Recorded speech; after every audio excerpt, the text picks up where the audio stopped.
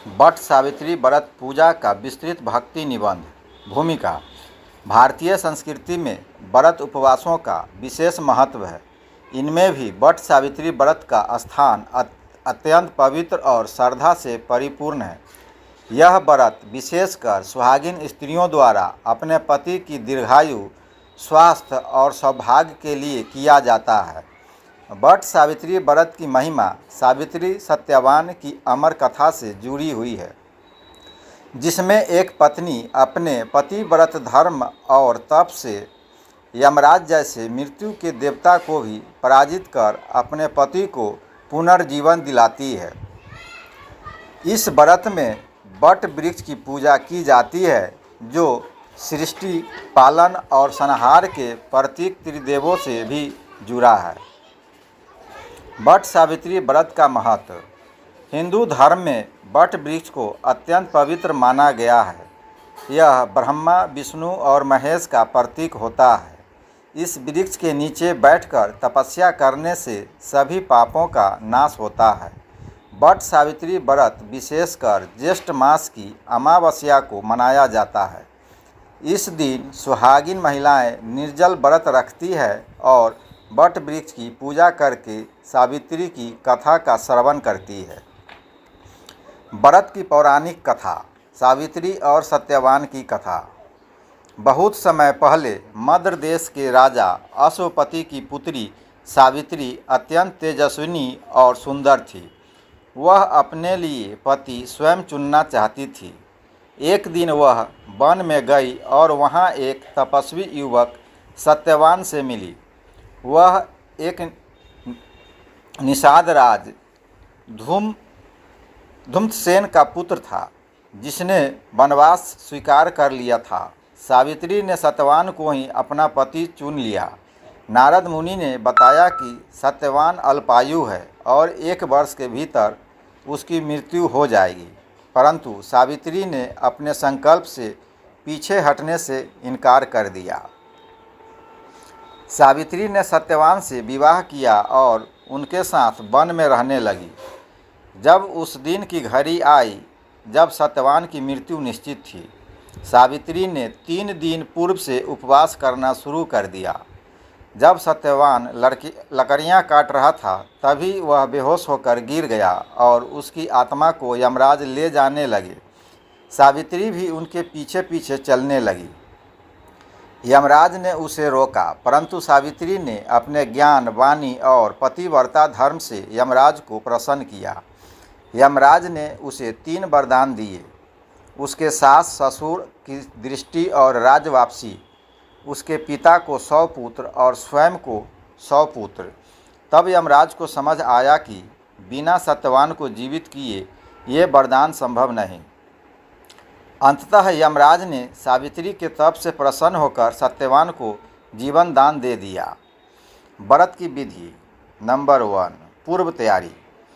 महिलाएं व्रत के दिन प्रातः स्नान करके व्रत का संकल्प लेती है।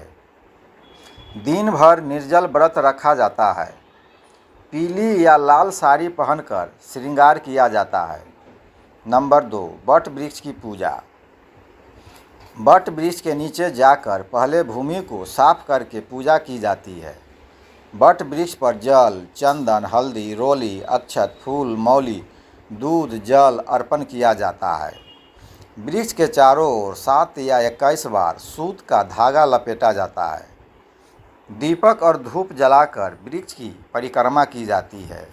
नंबर 3, सावित्री सत्यवान की कथा सुनना। कथा का श्रवण करना अनिवार्य होता है। इसके बाद ब्राह्मण को दान दक्षिणा देकर विदा किया जाता है। नंबर 4, पति के चरण स्पर्श कर आशीर्वाद लेना। महिलाएं अपने पति के चरण स्पर्श करके उनके दीर्घायु की कामना करती है। व्रत में प्रयोग होने वाली सामग्री: बांस की टोकरी, वट वृक्ष की डाली या जड़, मूर्ति या चित्र सावित्री सत्यवान का, फल, मिठाई, पकवान, सिंदूर, चूड़ी, बिंदी, पंखा, वस्त्र, सौभाग्य की सामग्री, सूत का धागा। व्रत से जुड़ी मान्यताएं। ऐसा माना जाता है कि इस व्रत को विधि पूर्वक करने से स्त्री को अटल सौभाग्य की प्राप्ति होती है। इस व्रत से पति पत्नी के बीच प्रेम, विश्वास और बंधन मजबूत होता है। यह व्रत सावित्री जैसे आदर्श को जीवन में लाने का प्रेरणा देता है। वर्तमान युग में व्रत की प्रासंगिकता। आज की भाग दौड़ भरी जिंदगी में भी भारतीय महिलाएं इस व्रत को पूरे श्रद्धा भाव से करती है।